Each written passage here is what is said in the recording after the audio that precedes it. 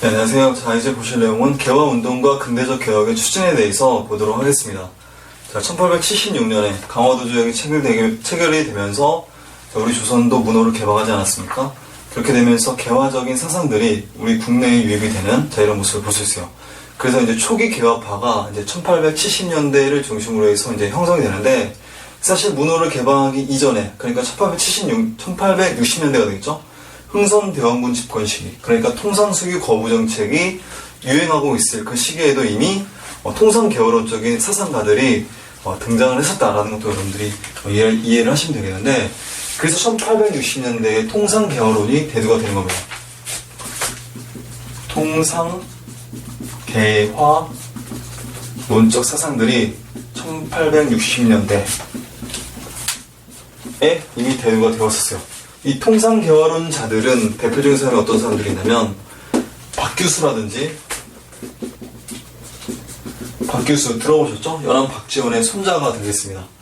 그래서 자, 제너럴 셔먼호 사건 때에 평양 감사로 있었고, 제너럴 셔먼호 사건을 이제 해결했었죠. 그리고 중인 출신 역관인 오경석이라든지, 중인 출신 의관인 유홍기라든지, 이런 사람들이 중심이 되어서 초기 개화 사상을 형성을 했었다. 그래서 이 초기 개화 사상가들의 영향을 많이 받은 사람들이 나중에 1870년대 이제 초기 개화파가 형성이 되는 이런 모습을 볼 수 있어요. 근데 그들 개화파가 나중에는 둘로 갈려지게 되는 겁니다. 그래서 온건 개화파와 급진 개화파로 나눠지게 되는데, 그 개화 사상가들은 나중에 또 살펴보도록 하겠고, 특히 이 박규수의 사랑방에서 있지 않습니까? 여기서 이제 초기 개화 사상에 대한 학문들을 굉장히 많이 연구를 했었다라고 이제 보시면 되겠습니다.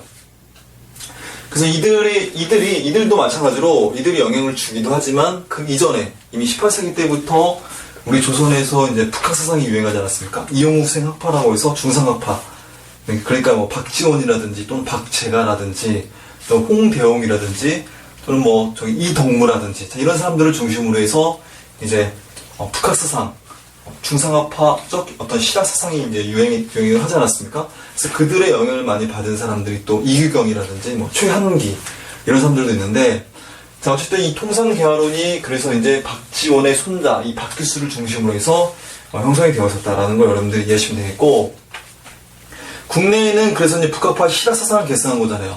근데 국외적으로 보게 되면 청나라에서는 양무운동이 유행을 했었죠. 여러분들이 좀 세계사를 공부를 많이 하셨다면 좀 익숙한 그런 단어라고 볼 수가 있는데, 양무운동이 있었고 청나라에서는, 그리고 이제 일본에서는 메이지 1868년에 메이지 유신이 있었지 않습니까? 그래서 양무운동 같은 경우는 이제 중체 서용이라고 얘기해요.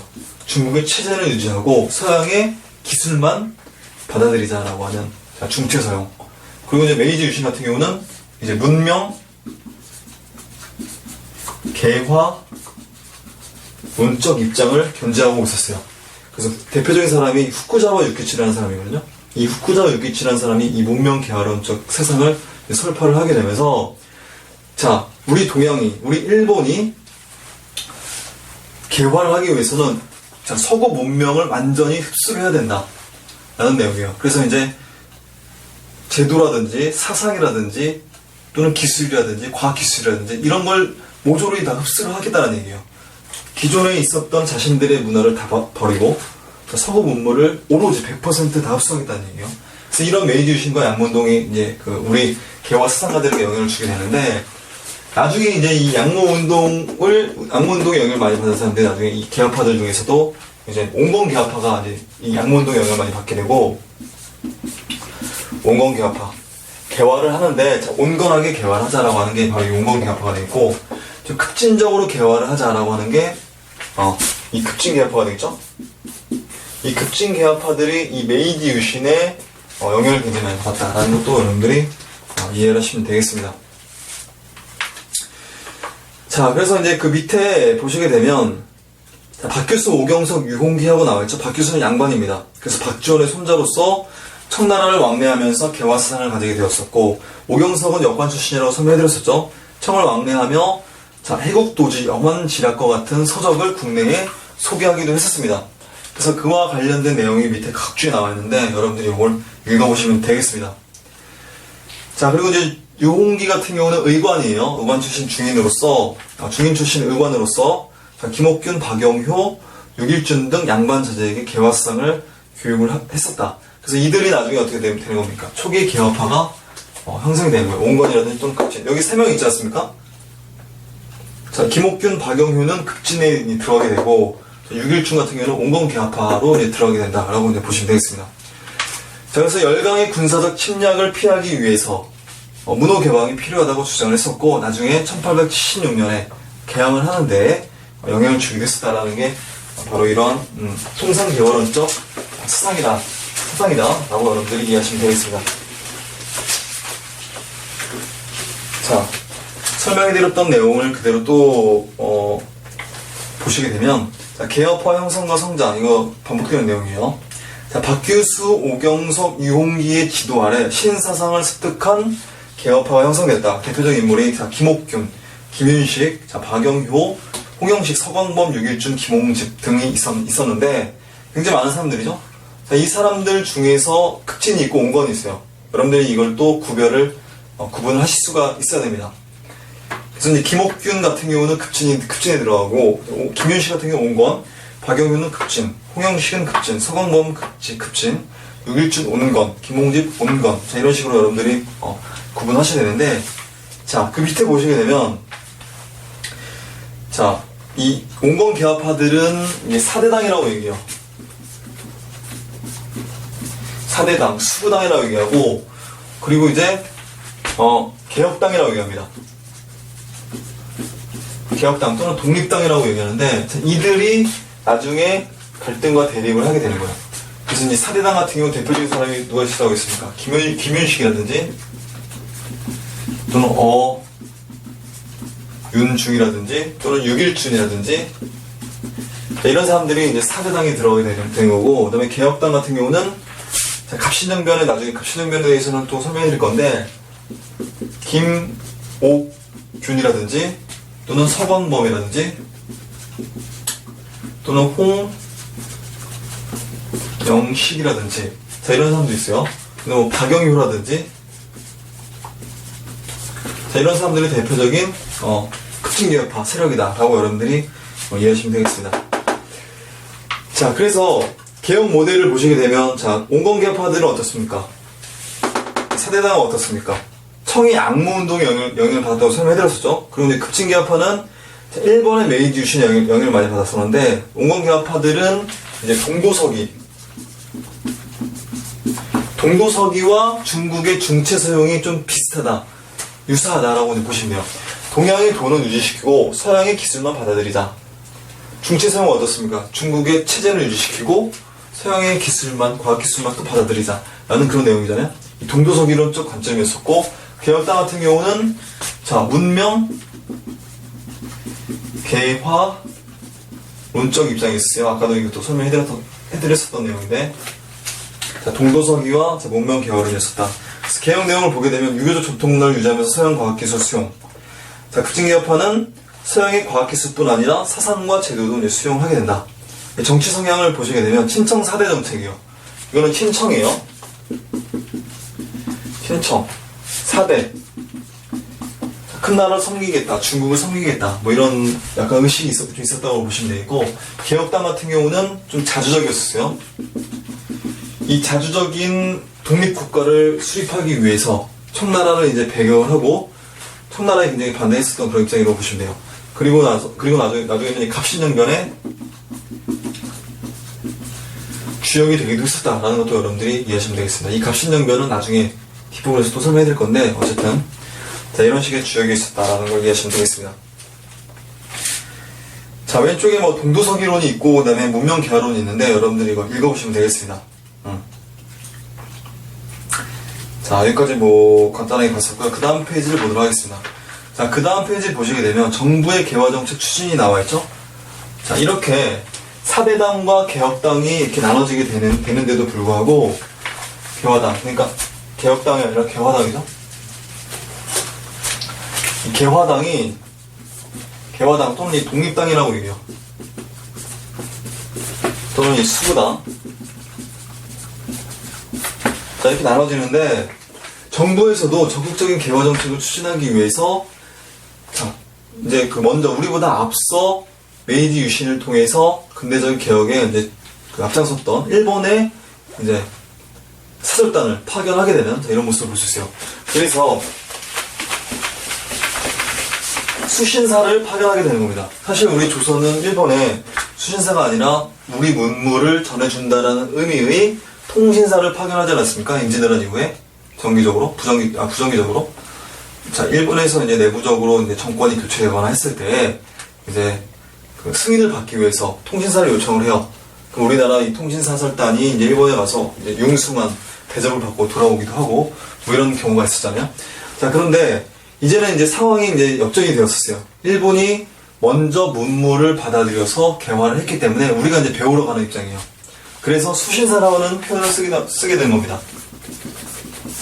자, 이 수신사가 파견이 되는데 1801차, 2차에 걸쳐서 이제 파견이 돼요.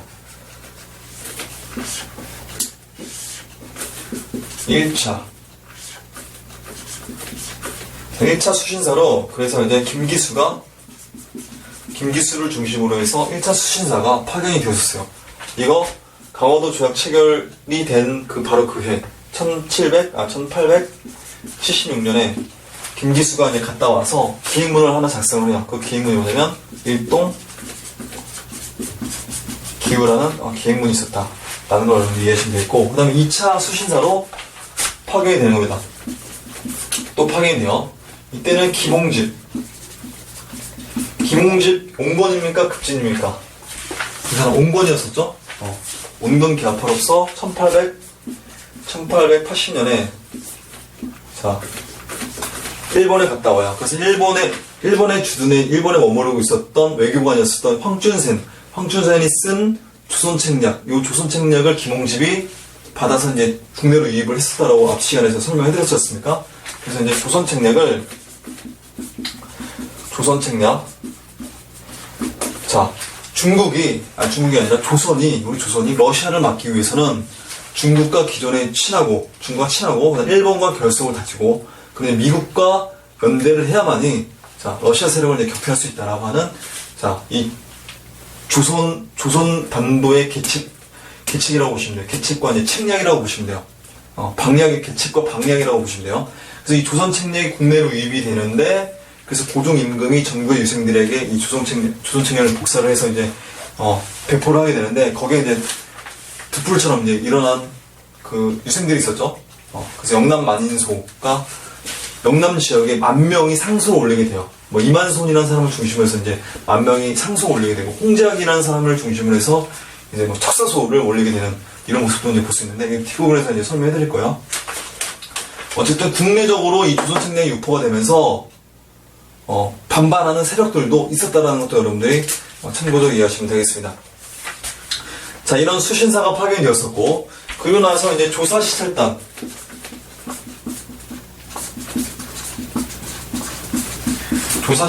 파견이 돼요. 조사시찰단. 자, 일본이 굉장히 부국강병해지게 되는 거예요. 이제 일본이 그 강성해지면 우리 조선 입장에서 봤을 때 굉장히 위협적이지 않습니까? 그래서 일본을 조사하고 시찰하기 위한 단원들이라고 보시면 돼요. 조사시찰단. 근데 처음에는 조사하고 시찰한다라는 명목으로 갔다 오게 되면 일본의 의심을 받지 않습니까? 그래서 이제 겉으로는 이제 뭐라고 얘기하냐면 유람 단이라는 이름으로 갔다 오게 되는 거예요. 유람을 하고 온다는 얘기죠. 여행을 하고 온다는 얘기죠.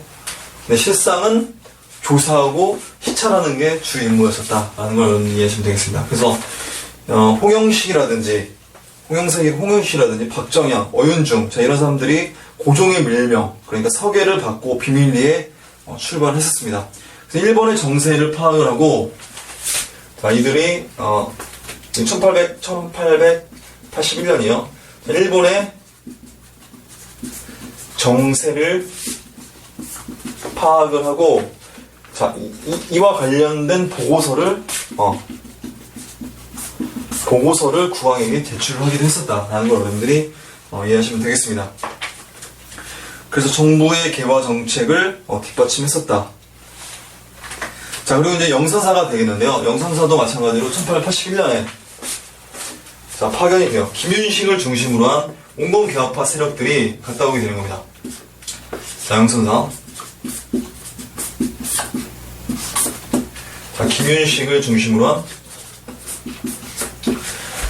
자, 근대적인 어떤 기초 지식이 없는 상황이었었고 재정적으로 부족한 상황이 있었기 때문에 자, 간지 얼마 안 돼서 바로 되돌아오게 되는 거예요. 이 영사사 같은 경우는. 그렇지만 갔다 오게 되면서 우리 조선 반도 내에 기기창이라는 새로운 근대적인 어떤 무기 시설도 만들게 되는 이런 모습을 볼 수가 있어요. 자, 그래서 김윤식을 중심으로 한 유학생이 파견이 되었었고 근대적인 무기 제조법을 습득을 했었고 잘 안 나오는데 자, 김윤식이죠? 자, 근대적 무기 제조법을 습득을 해왔었고, 갔다 와서는 1883년이죠? 이건 이제 1881년에, 83년에 기기창이라는 자, 근대적 무기 제조 시설을 만들기도 했었다라는 것도 여러분들이 이해하시면 되겠습니다. 자, 청나라에 파견된 거고, 그 다음에 미국에도 이제 파견이 돼요. 자, 보빙사절단이 미국에 이제 파견이 되는 겁니다. 자, 1882년에 체결된 조약이 뭐였었죠? 미국과 우리나라 사이에. 자, 조미수 통상조약이 체결되었었다고 앞 시간에 설명해드렸었잖아요. 그래서 거기에 대한 답례로서 우리 조선 반도에 푸트라는 외교관이 이제 파견이 되면서 자, 공식적으로 이제 조선 반도에 부임을 하게 되거든요. 거기에 대한 답례로서 그 이듬해 1883년이죠? 이것도 83년이에요. 자, 이것도 83년이고. 자, 보빙사가 미국에 이제 파병이 되는 자, 이런 모습을 볼 수 있어요. 그래서 당시 미국의 대통령이었던 아스 대통령을 이제 접견을 하고, 이제 우리나라 예법으로 엄청 큰 절을 하지 않습니까? 그래서 정권 대사로 이제, 명성황후 민비의 조카뻘 되는 이제 민영이 정권대에서 임명이 되고 이제 홍영식을 중심으로 한 유길준이라든지 이런 개화 사상가들이 굉장히 많이 건너가게 돼요. 그래서 한 1년 좀 안 되게 자 미국을 이제 대부분 이제 그 시찰을 하고 여행을 하고 돌아오게 되면서 근대적인 어떤 미국의 상황에 대해서 보고를 하게 되는 이런 모습을 볼 수 있는데. 어쨌든 이 조미수 통상 조약에서 근대 문물을 미국에 파견되어서 근대적 시설을 시찰을 했었다라는 걸 여러분들이 이해하시면 되겠습니다. 그래서 이제 뭐 민영이라든지 또 홍영식, 서광범, 유길준 등등등. 자, 유길준 같은 경우는 특히 이제 바로 이제 그 이듬해 귀국하지 않고 전 세계를 한 바퀴 돌아요. 유럽까지 갔다 오게 돼요. 그래서 지금 유길준이 지은 책이 바로 서유견문이라는 책이 있어요. 자, 어쨌든 이 민영익은 나중에 이제 그 갑신정변 때에 민시척족으로 이제 분류가 되어서 칼을 맞기도 하는 그런 생명이 끊어질 어떤 그 우려도 이제 나타나게 되는 이런 모습을 볼 수 있죠. 나중에 또 설명해드릴게요. 민영익과 관련돼서는. 자, 이런 식으로 해서 보빙사가 파견이 되었다라는 걸 이해하시면 되겠고, 그 다음에 제도 개혁에 대해서 이제 보도록 하겠습니다. 자, 근대적인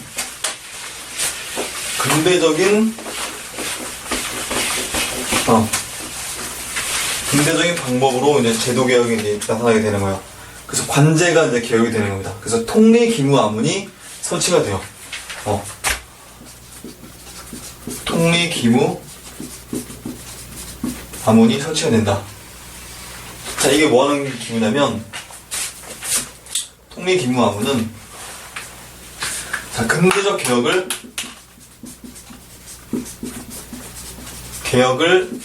추진하기 위한 기구다라고 여러분들이 이해하시면 되겠습니다. 그래서 이 통리기무아문과 관련해서 그 밑에 각주의 설명이 나와있죠? 이걸 여러분들이 참조하시면 되겠고, 그래서 이제 이 통리기무 아문 아래 12사를 두어서 각각의 국정 업무를 담당을 했었다라는 걸 여러분들이 이해하시면 되겠습니다. 그래서 이제 뭐 사대사라든지 뭐 교린사라든지 등등등 여러 가지 이제 사들이 있어요. 여러 가지 사들이 편제가 되어 있었다라는 걸 여러분들이 이해하시면 되겠고, 군대도 이제 개편을 해요. 기존에 이제 우리 5군형이었습니까? 임진왜란 이후에 5군형 체제가 이제 완비가 되었었잖아요. 훈련동함이라든지 어영청, 총용청, 수어청, 금유형 뭐 이런 식으로 해서 이제 5군형 체제였었는데, 이게 5군형 체제가 폐지가 되고, 자 2군형으로 자 2형으로 개편이 되는 겁니다. 그래서 이제 무위형, 그리고 이제 장어형으로 이제 개편이 되었어요. 그리고 이제 여기다 더해서 뭐가 들어가냐면 신식 군대인 별기군이 새로 창설이 되는 이런 모습을 볼 수 있습니다. 그래서 별기군에는 이제 지금으로 해석하면 이제 고급 장교들 있지 않습니까? 고급 장교들을 이제 배출하는 그런 신식 군대라고 보시면 되겠고, 여기에 이제 일본군 교관으로서 호리모토 레이조라는 사람이 이제 파견이 되어서 새로운 어떤 군대 전법이라든지 어떤 훈련이라든지 이런 걸 이제 담당을 했었다라는 걸 여러분들이 이해하시면 되겠습니다. 일본에 지원이 있었다. 자, 별기군. 나중에는 이 무기형 장어형 소속의 이 90군대지 않습니까? 90군대의 신식군대지 않습니까? 이 90군대의 구성원들이 나중에는 난을 일으키게 돼요. 그게 바로 뭐냐면 1882년에 있었던 이모군란이 되겠습니다. 6월에 있었던 이모군란. 5월에 이제 조미수 통상조약이 있고 6월에 이모군란이 있어요. 그 뒷부분에 또 설명해드릴게요, 나중에. 자, 그래서 오른쪽에 보시게 되면 자, 의정부가 있죠. 맨 꼭대기에 의정부가 있고, 그 다음에 육조가 있고, 그리고 이제 통리기무아문이 별도로 이제 그 개혁을 담당하기 위한 기구로 존재했었고, 그 아래에 12사가 있었다라는 것도 이해하시면 되겠습니다. 그 관제 개편도 밑에 보시게 되면, 자, 관제가 아니라 군제 개편을 보시게 되면, 이형이, 자, 무이형 장어형으로 이제 편제가 되었었고, 5군형이 이제 폐지가 되었었고, 그리고 이제 별기군이라는 신식 군대가 새로 창설이 되게 됐었다라는 거 이해하시면 되겠습니다. 자, 그리고 근대적 시설을 보도록 하겠습니다. 방문국이 1883년에 창설되었었어요. 자, 방문국이. 자, 박영효의 이제 주도에 의해서 이 방문국이 창설되었었다고 얘기하는데, 뭐 신문이라든지 어떤 각종 출판문들을 인쇄를 했었다라고 이해하시면 되겠습니다. 그래서 여기서 이제 만들어진 최초의 우리나라 근대적 신문이 한성순보라는 거거든요. 나중에 이제 문화사 할 때 설명해드릴게요. 그 다음에 기기창, 아까 설명해드렸었죠? 기기창.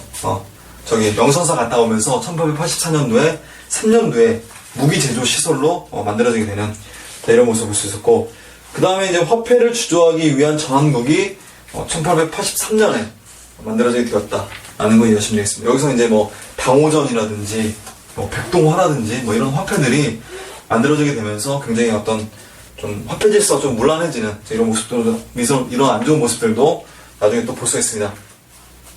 그리고 우편 업무를 담당하는 우정국이 이제 1884년에 만들어지게 되거든요. 근데 이거 만들어지자마자 없어져요. 이 우정국 개국 축하연 때에 정변이 일어나요. 갑신정변이 일어나게 되거든요. 급진 개화파들이, 옹공 개화파들. 그러니까 이 민씨 척족들이죠. 민씨 척족들 다 잡아 죽이고, 이제 근대적인 어떤 초근대적인 어떤 개혁을 추진하려고 개혁정당 14개조를 선포를 하는 등의 어떤 개혁을 하려고 했었는데, 그게 바로 이제 3일 천하로 이제 끝나게 돼요. 나중에 또 설명해드릴게요. 3일 만에 끝나게 되면서 이게 무위로 들어가게 되었었다. 그래서 이제 우정국이 이제 바로 없어지고, 나중에 10년 뒤에 갑오개혁대에, 갑오개혁이 있거든요. 갑오개혁대에 어쨌든 다시 만들어지게 된다. 라는 걸 이해하시면 되겠습니다. 자, 여기까지 봤고, 그 다음에 그 뒷페이지를 이제 보도록 하겠습니다.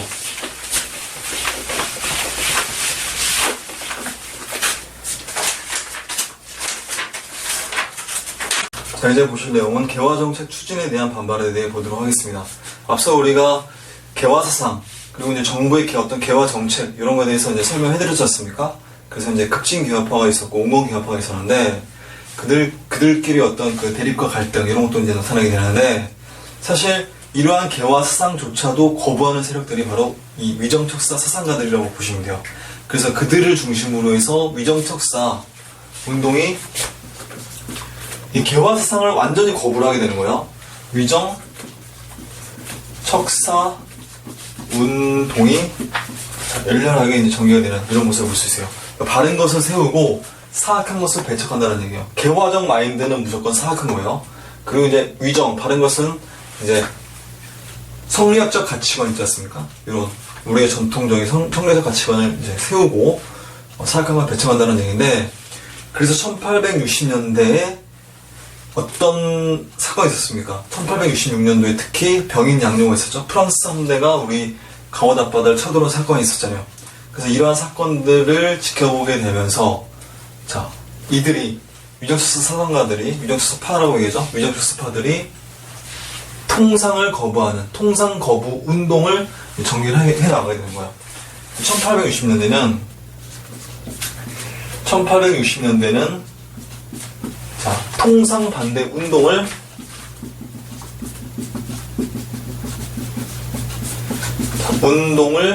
전개를 했었다.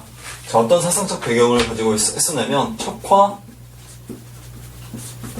주전 론적 입장을 가지고 통상 반대 운동을 전개를 했었어요. 그러니까 화의를 배척하고 맞서 싸우자라고 하는 이 척화 주전론이 되겠죠. 그래서 자, 이항로라든지 또는 기정신과 같은 이 유생 출신 성리학자들이 중심이 되어서 이런 통상반대 운동을 전개했었다. 특히 이항로 같은 경우는 제자들을 굉장히 많이 배출을 해요. 그래서 대표적인 제자가 이제 최익현 이런 사람들이 있는데, 이 최익현 같은 경우는 1870년대죠. 70년대 개항 반대 운동을 전개를 했었습니다. 1876년에 강화도 조약을 체결하지 않았습니까? 그 강화도 조약에 결수적으로 반대했었던 자, 위정척사 사상가가 바로 최익현, 연암 최익현이 되겠습니다. 그래서 이 최익현인데 외양일치론적 입장을 가지고 있었어요. 외양일치론. 외놈들, 그러니까 일본을 얘기하죠. 일본과 양키들은 똑같은 놈들이다. 일체다. 그래서 그들과는 절대로 체결했으면 안 된다라고 하는 외양일체론적 입장을 가지고 있었던 게 바로 최익현이다. 이 최익현이라는 사람은 나중에 뒷부분에 또 굉장히 많이 등장을 해요. 의경에도 이제 활약을 하고 단발약에도 활약을 하고 뭐 이렇게 등장하게 되는데, 자, 개항 불가론을 이야기했습니다. 그래서 이제 오불가소를 이야기했어요. 이 최익현이 5가지 이유를 들어서 개항을 반대를 하게 되는 겁니다. 오불가소. 이 오불가소는 이제 그 시험 문제 사료로 이제 자주 출제가 되는 내용인데, 그 왼쪽에 보게 되면 최익현의 오불가소와 관련된 내용이 있어요. 여러분들이 이걸 반드시 꼭 읽어보시면 되겠고요. 그럼 이제 1880년대죠. 80년대는 자, 개화 반대 운동이 열렬하게 전개가 되었어요. 자, 개항을 했으니까 어떻게 되는 겁니까? 개화를 할 수밖에 없는 거잖아요. 그래서 이제 조사 시찰단이라든지 또는 뭐 영선사 수신사라든지, 특히 이제 2차 수신사로 일본에 갔다 오지 않습니까? 누가? 김홍집이 갔다 오잖아요. 거기서 뭐가 됩니까? 황춘센이 쓴 조선 책략을 가져오게 되잖아요. 그 앞서 설명해드렸었는데, 이런 황춘센에 의해 쓰여진 조선 책략을 전국적으로 유포하려다가 보니까 이 위정척사 운동, 특히 위정척사파들이 대거 들고 일어나게 되는 거예요. 그래서 자, 이 개화반대 운동을 전개해 나가는 과정에서 자, 조선 책략 반대를 하는 그런 입장을 가지고 있어요.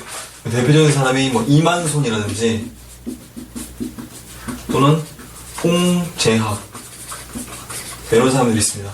특히 이만손은 이 영남 지역에서 자, 영남 만인소를 자, 작성을 사인을 받아서 유생들마다 사인을 받아서 정부에 이제 상소를 제출하게 되는 만 명의 사인을 받았다고 해서 만인소라고 얘기해요. 영남 지역에 영남 만인소를 제출했었다.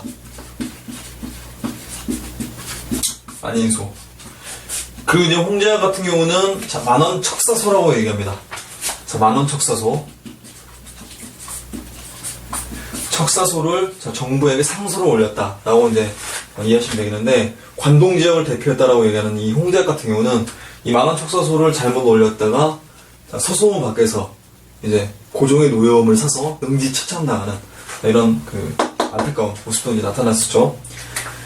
자, 이 표현이 굉장히 불순했다라고 해요. 이 영남 만인소는 만명의 그 어떤 그 상소인데, 단순한 상소인데, 만원 척사소 같은 경우는 그 고종 임금을 좀 비난하는 뭐 그런 내용들이 조롱하고 좀 비난하는 그런 내용들이 담겨 있었다라고 이야기를 합니다. 그래서 정부의 개화 정책 추진을 반대를 했었고, 그리고 이제 유정척사 운동이 1890년대에 들어와서 이 항일 의병 운동으로 연결되는 이런 모습을 볼 수 있어요. 나중에 또 설명해 드릴 거예요. 이거는 이제 1895년에 을미사변이 일어나거든요. 을미사변이 뭐냐면 우리나라의 그 왕비가 이제 명성 황후지 않습니까? 민비, 명성 황후 민비가 되겠는데, 그 민비가 일본 깡패에 의해서 무차별적으로 피살을 당하는, 시해를 당하는 이런 모습이 나타났어요. 거기에 이제 격분한 이 유생 출신 그 유정척사파들이 들고 일어나게 된 사건. 자, 그게 바로 이제 항일 의병 운동이 되겠는데, 그게 이제 1895년에 을미 의병이 정리가 돼요. 그때 이제 유생 출신 의병장으로서 굉장히 많이 활약했었던 사람들이 바로 이제 유인성이라든지 또 이소응이라든지 뭐 기무만이라든지 이런 사람들이 이제 활약을 하게 돼요. 유생 출신 유정척사 사상가들이. 자, 그래서 이제 조선의 어떤 국권을 회복을 하고 이제 외세를 이제 배격하게 되는 자주적인 어떤 그런 어떤 운동을 전개했었다. 그래서 유인성은 이제 충주라든지 제천에서 활약을 했었고, 이소은 이제 춘천에서, 그 기우만 같은 경우는 이제 전라도 일대에서 이제 활약을 하게 되는데, 이 기정진의 이제 손자가 바로 이 기우만이 되겠죠? 그래서 이들이 항일 의병 운동을 나중에 이제 전개해 나왔었다라는 거 여러분들이 이해하시면 되겠습니다. 자, 그래서 우리 교재에 보시게 되면, 자, 의민 한계하고 나와있죠? 제국주의 열강의 침략성을 파악을 하고 반외세적, 반침략적 운동을 전개했었다. 그러나 이 유정척사 운동의 한계는 뭐냐면, 자, 신분제적 질서를 거부하지 않았다는 거예요. 그 왕조 질서를 유지한 상태로의 어떤 주권 회복 운동이었다라는 걸 여러분들이 이해하시면 되겠습니다. 이게 바로 뭐냐면, 어떻게 보면 그 유정척사 운동의 한계라고 볼 수 있는 거죠. 그래서 근대화를 하고 좀 더 자주적이고 부강경적인 정책을 나가기 위해서 서양 문물을 받아들이면 필수적이잖아요. 근데 그런 걸 완전히 거부를 하게 되는 거예요. 그러다 보면 발전이 좀 늦어질 수 있고, 그러다 보면 외세의 먹잇감이 될 수 있는 이런 문제점으로 나타나게 될 수도 있다라는 걸 여러분들이 이해하시면 되겠는데, 자, 그 밑에 보게 되면 뭐 참고자료가 있죠. 외양일치론이 있고 영남 만인소 뭐 이런 게 내용이 나와 있죠. 이 사료가 시험 문제에 좀 유사하게 그대로 이제 인용되어서 이제 출제될 수 있기 때문에, 여기 특히 영남 만인소 같은 경우는 굉장히 많이 나오는 내용들이거든요. 이거 반드시 읽어보시면 되겠습니다.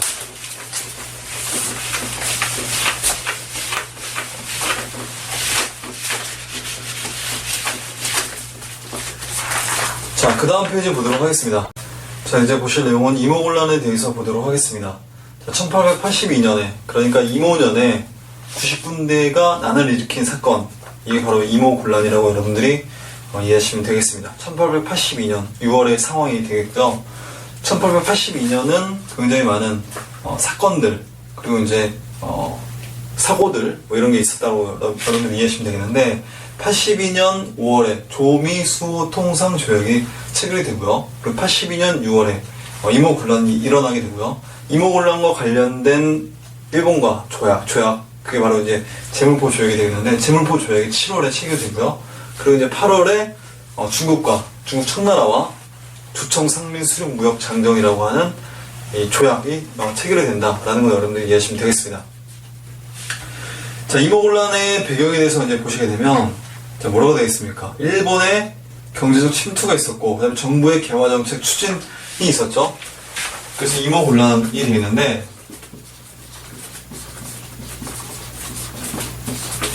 이모곤란의 발생 원인은 정부의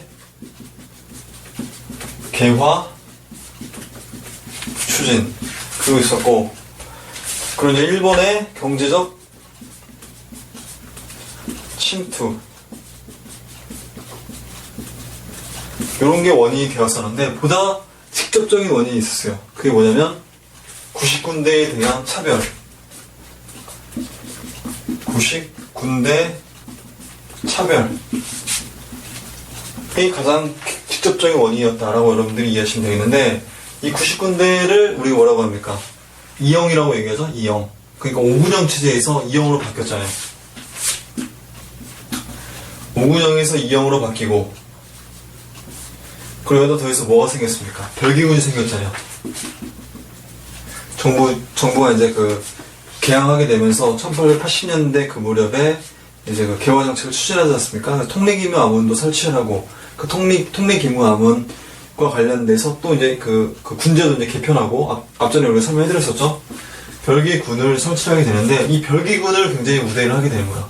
이형을 이제 참대를 하게 되고, 당연히 불만이 쌓일 수밖에 없겠죠? 그리고 이 이형에 속해 있는 무이형과 장화형이지 않습니까? 이 무이형과 장화형의 이 90군데 소속의 군인들이 급료를 지급하지 못했어요. 무려 13개월 동안 쫄쫄 굶고 있었다는 얘기겠죠? 그리고 나서 거기다 또 엎친 데 덮친 격으로 급료를 받으러 오래요. 그래서 이제 소집을 하고 소집을 했었어요. 그래서 이제 선해청, 도봉소, 그러니까 지금의 남대문, 숭례문 일대에 거기서 이제 급료를 지급을 하고 있었는데,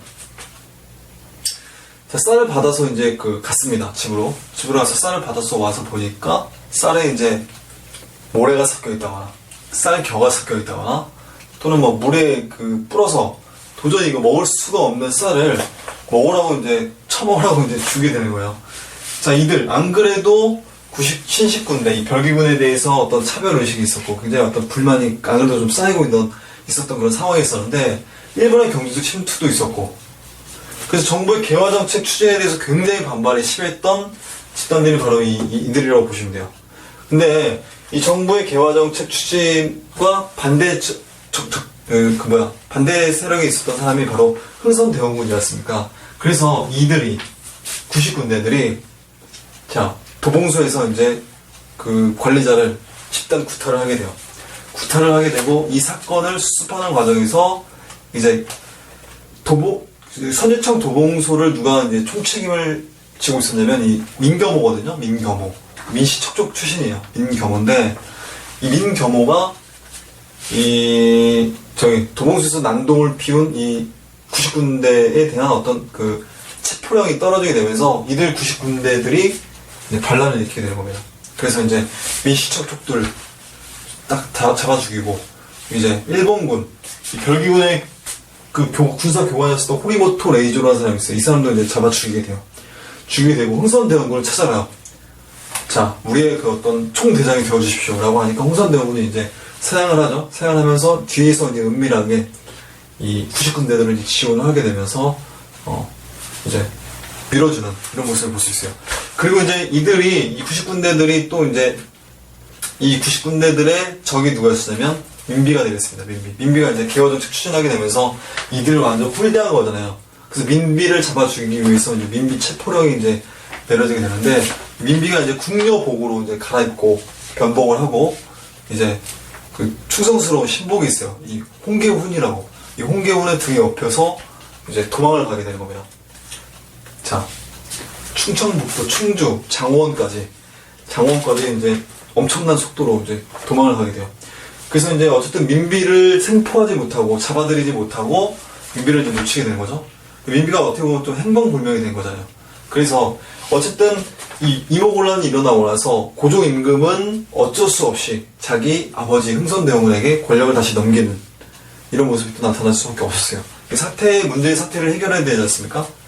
어차피 권력의 무게중심은 90군데 쪽으로 넘어갔기 때문에 흥선대원군이 전면에 나설 수밖에 없는 그런 상황이 있었어요. 그래서 흥선대원군이 자기 며느리 명성후 민비를 민비가 이제 없지 않습니까? 행방불명이 되지 않습니까? 그래서 민비를 어떻게 하냐면 사망 처리를 하게 돼요.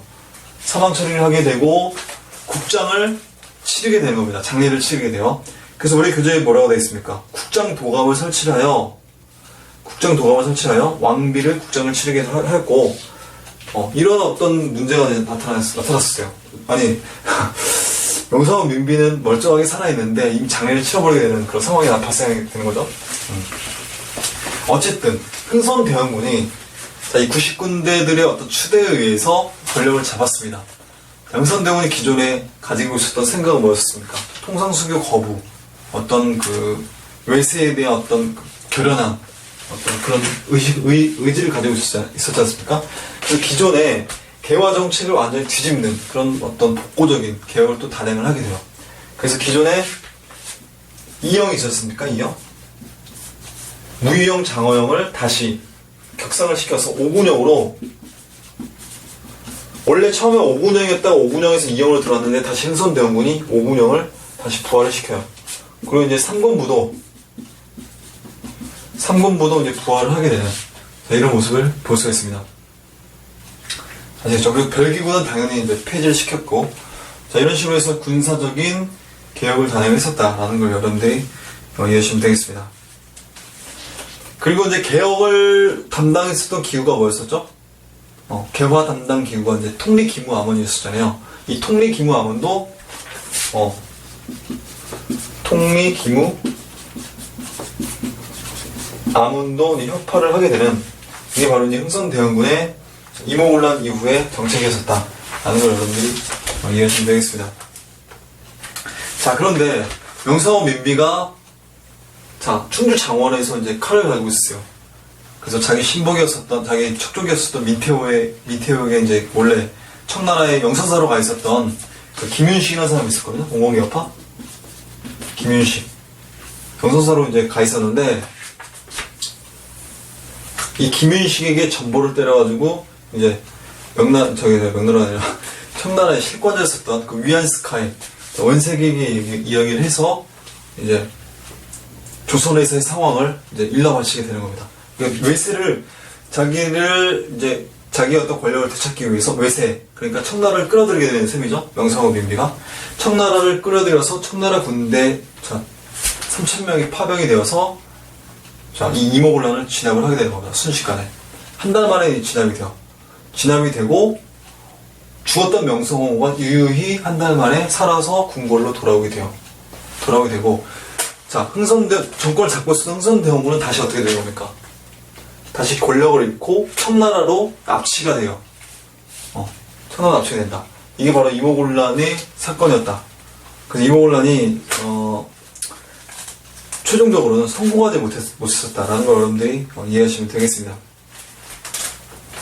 자, 제가 설명해드린 내용이 우리 교재에 있어요. 자, 민씨 일파의 요구로 청나라 군대가 출병을 해서 흥선대원군을 군란의 책임자로 청으로 납치를 하고 이모군란을 진압을 했었다. 그래서 민씨 일파가 다시 재집권을 하게 되고, 그리고 고종도 기존에 이제 그 흥선대원군이 설립을 했었던 척허비도 철거 명령을 내리는 이런 모습을 보시겠습니다. 어쨌든 이모군란이 이런 식으로 전개가 되었었는데, 중요한 게 뭐냐면 이모군란의 결과가 또 중요하죠. 그리고 이제 결과를 보도록 하겠습니다. 이 결과를 보시게 되면 결과는 이제 또 중요한 내용인데, 일본과 사이의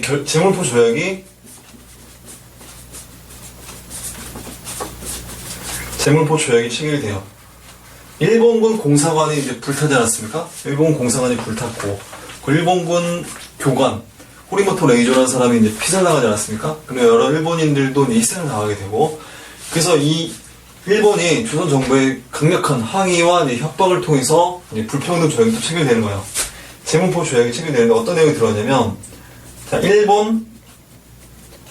일본 군이 이제 주둔을 하게 돼요. 경비 명목으로 일본군이 주둔을 하게 되고, 또 이제 배상금이 지불되는 이런 조약이 체결되었었다. 그 제물포 조약에 딸린 또 하나 조약이 들어가게 되는데, 그게 뭐냐면, 조일, 수, 호, 조규, 속약이 체결되는 이런 모습을 볼 수 있어요. 우리 그 앞전에 조일 수호조교 부록이라고 있었지 않습니까? 강원도 조약 체결하게 되면서 그 조일 수호조교 부록에 어떤 내용이 담겨져 있습니까? 간행의정이라는 담겨져 있었잖아요. 간행의정. 움직일 수 있는 마을의 범위를 간행의정이라고 하지 않습니까? 움직일 수 있는 마을의 범위. 개항장에서 움직일 수 있는 마을의 범위가 조일수호조교 부록에서는 심리였었잖아요. 심리였었는데 이 조일수호조교 속약이 체결되면서 자, 심리에서 자, 5심리로 확대가 되는 거예요. 확대가 되고 2년 후에 100리로 더 확대하는 자 이런 조약까지 이제 내주게 돼요. 체결되는. 그래서 일본의 경제적 침투가 점점 가속화되는 이런 모습을 볼 수 있어요. 이게 바로 뭐냐면 재물포 조약이다 라고 여러분들이 이해하시면 되겠습니다. 자 결과로 이제 재물포 조약이 체결되었었고 그리고 이거는 저 일본과의 체결된 조약이었잖아요. 근데 중국과 청나라와 체결된 조약이 또 나타나게 됩니다. 그게 바로 뭐냐면 자 조청, 상민, 수륙, 무역, 장정이 체결되는 이런 모습을 볼 수 있어요. 자 조청, 상민, 수륙, 무역. 이것도 불평등 조약이라고 보시면 되는데 원래 조약이라는 표현이 아니라 장정이라는 표현을 쓰죠.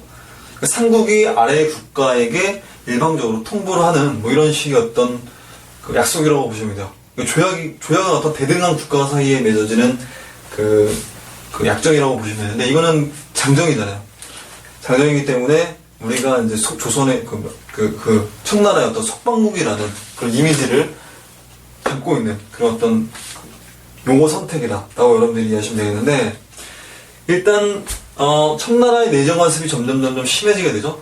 청나라 군대 민비가 이제 명성황 민비가 청나라 군대 끌어들이지 않습니까? 3,000명이 그대로 조선반도에 주둔을 눌러 앉게 되는 거예요. 나가지는 않아요. 그래서 이 3,000명의 조선 군대를 누가 이끌고 있냐면 위안스칸이라는 사람이 있습니다. 원세계라는 사람인데 이 원세계가 사사건건 내정 간섭을 하게 되는 거예요. 그리고 이제 그 조선 반도에 자 고문단이 또 파견돼요. 고문단이 파견되는데 자 일단 청군 주둔하게 되고 그리고 이제 고문단이 자, 파병이 되는데 그 고문단이 누구냐면 자 마젠창이라든지 자 멜렌 도르프 자 이런 사람이 있어요. 고문단이 파견이 되었다라는 거 여러분들이 이해하시면 되겠습니다. 그래서 이 멜렌 도르프와 관련된 내용이 각주에 나와 있는데 여러분들이 이해하시면 되겠고 어쨌든 조천상민 수령 무역 장정이 체결되는데 이거 어떤 내용이냐면 청나라의 상인들 있지 않습니까? 청나라 상인이나 조선 상인이나 육지 안쪽에 어느 곳이나 들어가서 장사를 할 수 있게끔 허락을 하게 되는 거예요. 그러니까 기존에 우리 조선은 일본은 우리 조선의 심리 그러니까 지금 뭡니까? 재물포장 체결하게 되면서 50리밖에 확대를 못했었잖아요. 그런데 청나라는 육지 안쪽으로 들어와서 그러니까 서울 한양 안쪽으로 들어와서 이제 장사를 할 수 있게 되는 거예요. 서울 인근의 양화진 일대까지 들어와서 이제 장사를 하게 되는데 일본 입장에서 보면 이거 지금 황당한 거잖아요. 자기들은 50리밖에 안 되는데 청나라는 내륙 지역까지 들어오게 된다 라고 하는 거. 그래서 이게 문제가 되어서 나중에는 이 재물포 조약이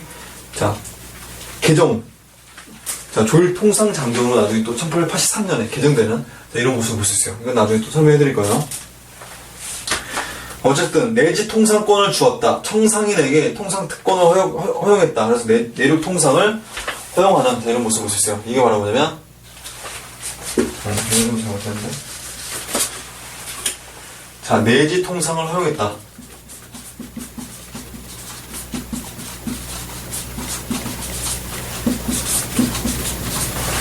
자, 임오문란 이후에, 이런 어마어마한 결과가 이제 초래가 되는 거예요. 일본에게는, 재물포 조약을 통해서 배상군 지불했죠. 일본군의 주둔 허용했죠. 조일수 주 소격을 통해서 무역권도, 경제 통상권도 내주게 되었었죠. 2년 후 백리. 초조상민 수령무역 장정을 통해서 내지 통상 허용하게 되고, 청군 주둔, 고문단, 마젠창이라든지 독일인, 멜렌 도르프를 파견을 해서, 우리 조선을 계속해서 이제 간섭을 하게 되는 이런 모습을 볼 수가 있게 되는 겁니다. 자, 그래서 청의 대조선 정책이 이제 변경이 되는데 전통적인 조공 책봉 관계였었잖아요. 그래서 우리가 이제 조공을 하게 되면 거기에 대한 답례품으로 또 우리 조선에 보내주는 이런 식의 어떤 체제에서 근대적인 어떤 불평등 관계, 이런 관계로 이제 바뀌게 되는 이런 모습을 볼 수 있어요. 근대적인 어떤 종속 관계로 바뀌게 되는. 그래서 어쨌든 민씨 일파가 다시 집권을 하게 되면서 청의 내정 간섭과 친청 정책으로 개혁 정책이 후퇴가 되는 이런 모습을 볼 수 있습니다. 자, 그 다음에 그 중국식 관제가 이제 개편이 되죠. 중국식 관제로 이제 개편이 되는데, 중국의 입김이, 청나라 입김이 굉장히 많이 반영이 되어 있기 때문에, 통리군국 사무아문, 내아문이라고 얘기하는데, 여기서 이제, 국정이라든지 또는 군대 사무와 관련된 내용을 담당을 했었다라고 이야기합니다.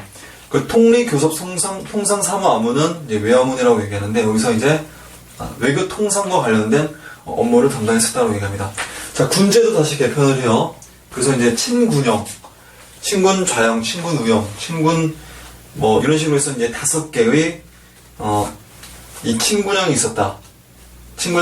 그리고 이제 사형, 용호형, 금위형, 어영청, 총용청 이렇게 해서 사형이 설치가 되었었고, 이 군제를 누가 이제 그 지휘 통솔을 감독을 하게 되면 유한스카이라는 사람이 24살밖에 안 된 유한스카이라는 사람이 조선에 이제 파견이 되어서 이래라 저래라 이제 간섭을 하게 되는 거예요. 병권을 완전히 장악을 하게 되고, 군대를 청나라식으로 훈련을 시키기도 했었다. 이 유한스카이, 원색이라는 사람이 되겠죠? 나중에 청나라 황제가 되기도 해요. 세계사를 배우면 아시겠지만. 자, 그래서 개화파가 이제 분열되는데, 자, 민씨 정권에 대한 인식, 그리고 이제 외교 정책과 개화 방법을 둘러싸고 온건 개화파와 급진 개화파로 급격하게 이제 분열되는 이런 모습을 볼 수 있습니다.